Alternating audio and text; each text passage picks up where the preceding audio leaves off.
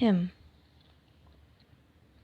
It started off with the soft, hinting sweetness of violins, one coming after another in creamy gold tinges on the topmost clouds. Then came the oboes, and the deep voice of violas, slowly rising to a blushing pink that contrasted with the purple sound of drums and the far-off jingles of metal tiny bells.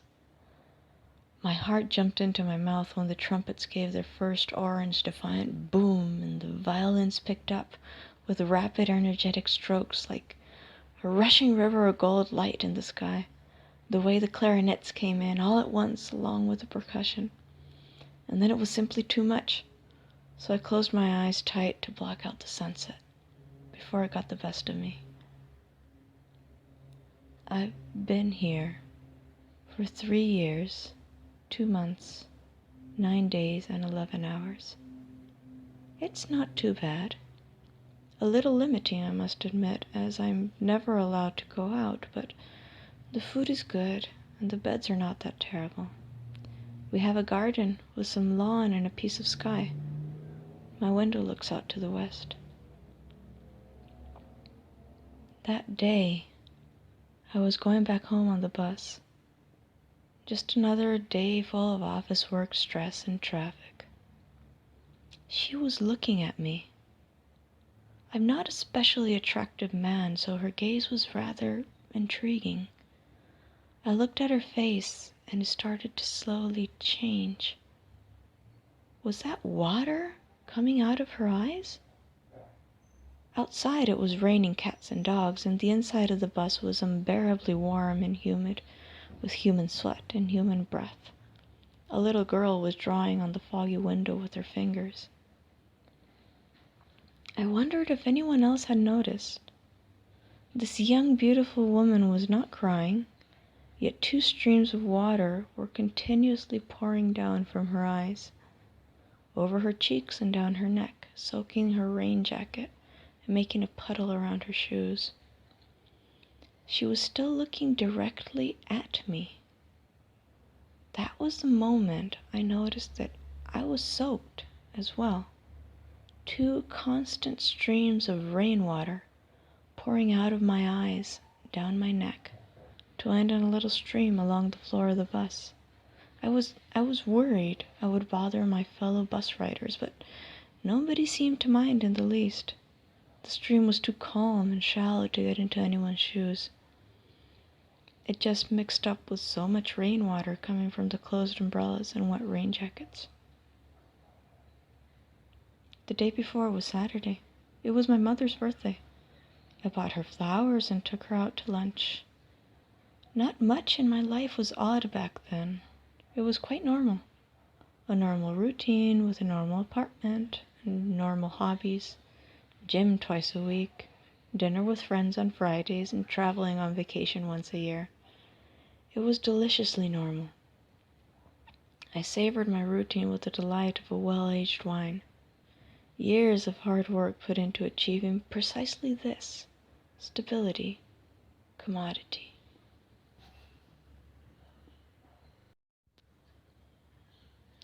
Her.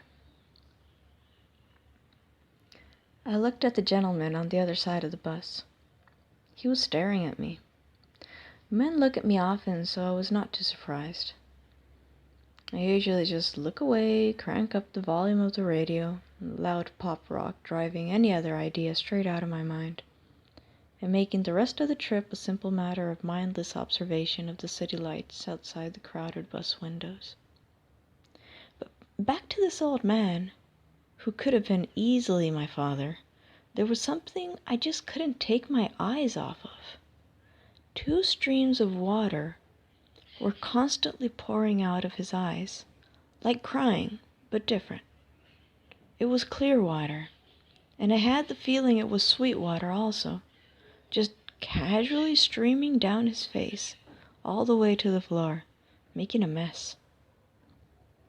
This was some kind of trick, an optical illusion. The humidity is suffocating.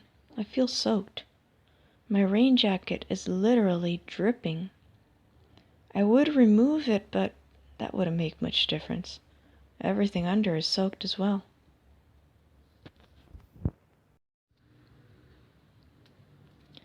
The little girl. I like rain.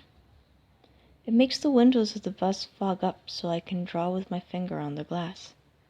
Today it's not raining, but everyone thinks it is, because it's wet.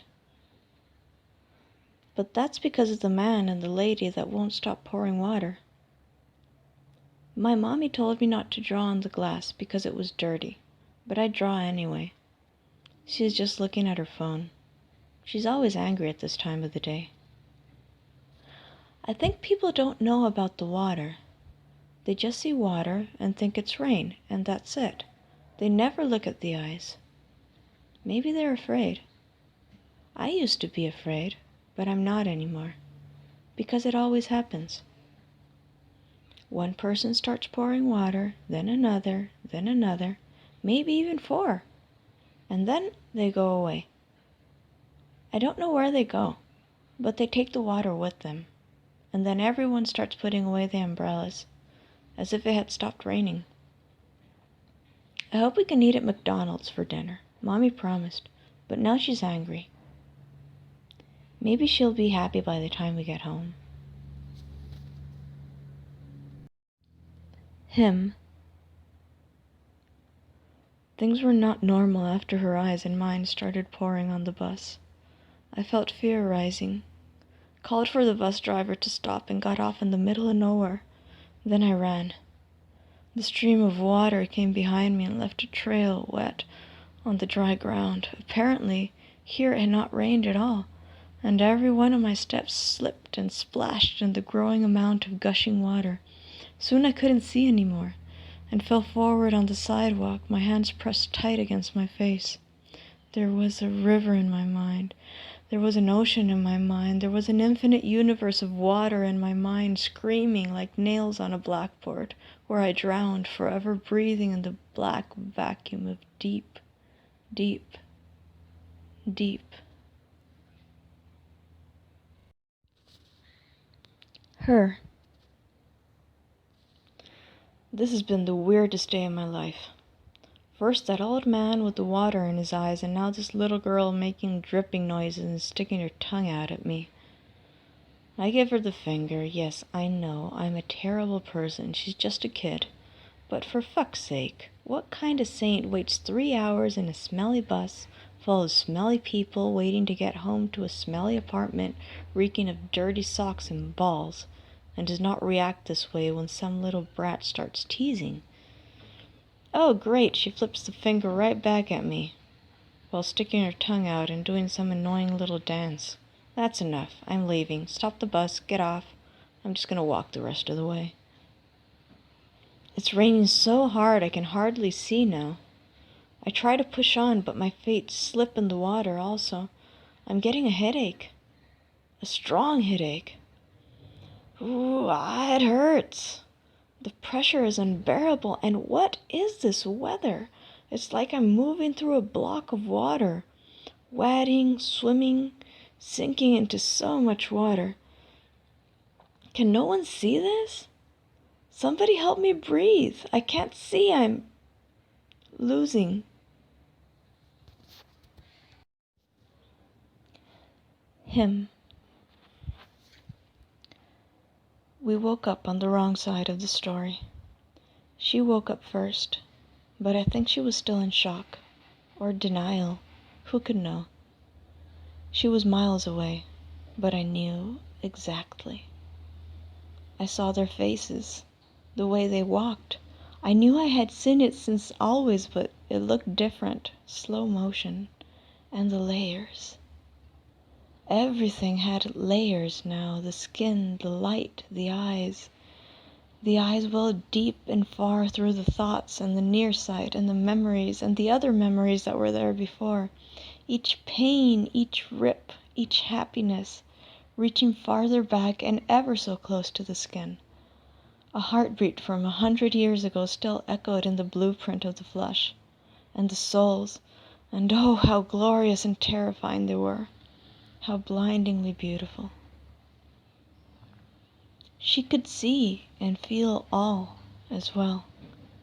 It was as if we had lived inside a hard, clumsy, dirty shell, and it had been removed, and now we stood naked. She could feel the pain also. She was scared, too scared. Her soul contracted and painful with fear. I wanted to help her, but I knew I couldn't. I saw her reason fighting to grasp the fleeting shadows that sneered and bit and laughed right outside our reach. I saw her reason crack like a windshield, and everything go rushing in.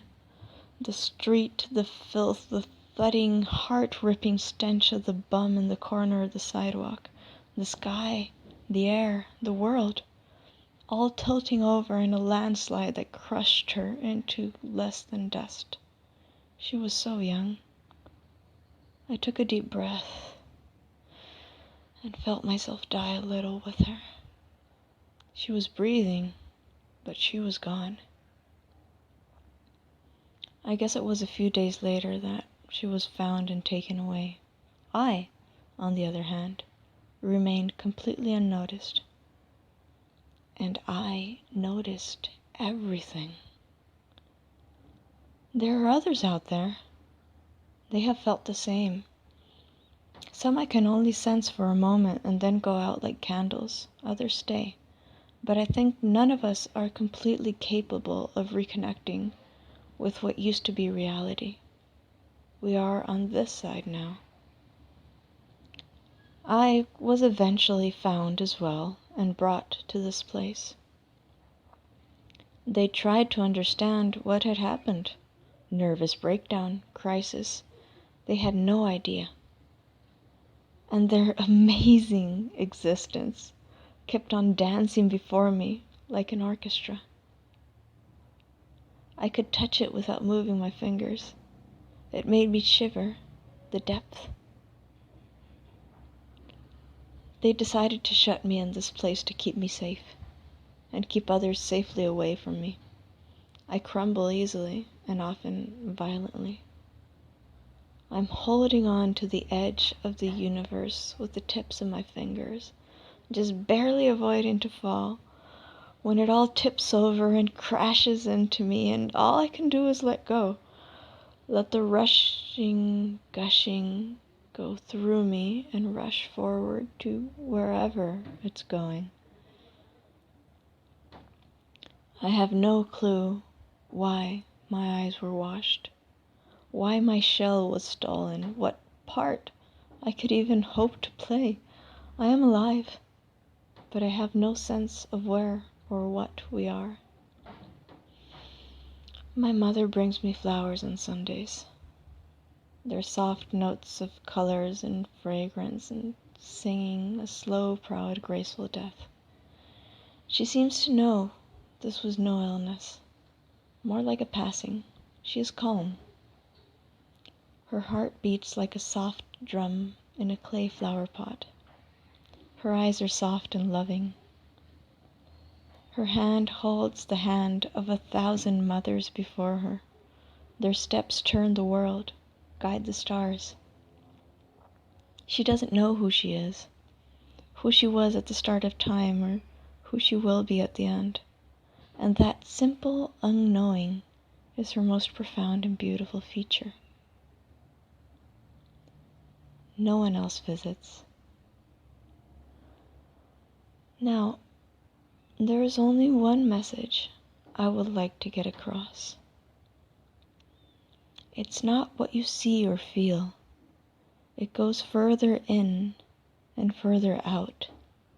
Its teeth are in so deep, and its wings flutter in so many thousands of directions, that the word infinite doesn't even start to describe the vast extension.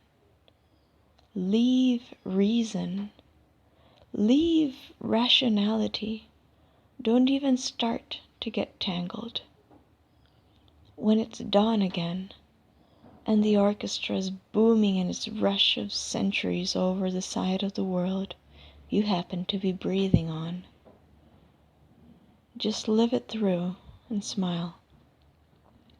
Because that simple smile is the greatest blessing and the most beautiful achievement anyone could ever hope to master.